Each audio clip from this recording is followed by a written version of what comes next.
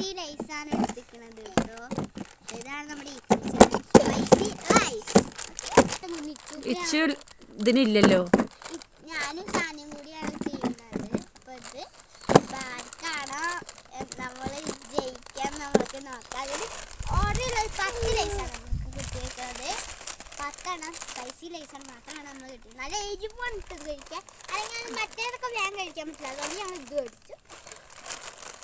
ഞങ്ങളുടെ വീഡിയോ ഇഷ്ടമാകുമ്പോൾ ലൈക്കും മറക്കാതെ ചെയ്യണേ.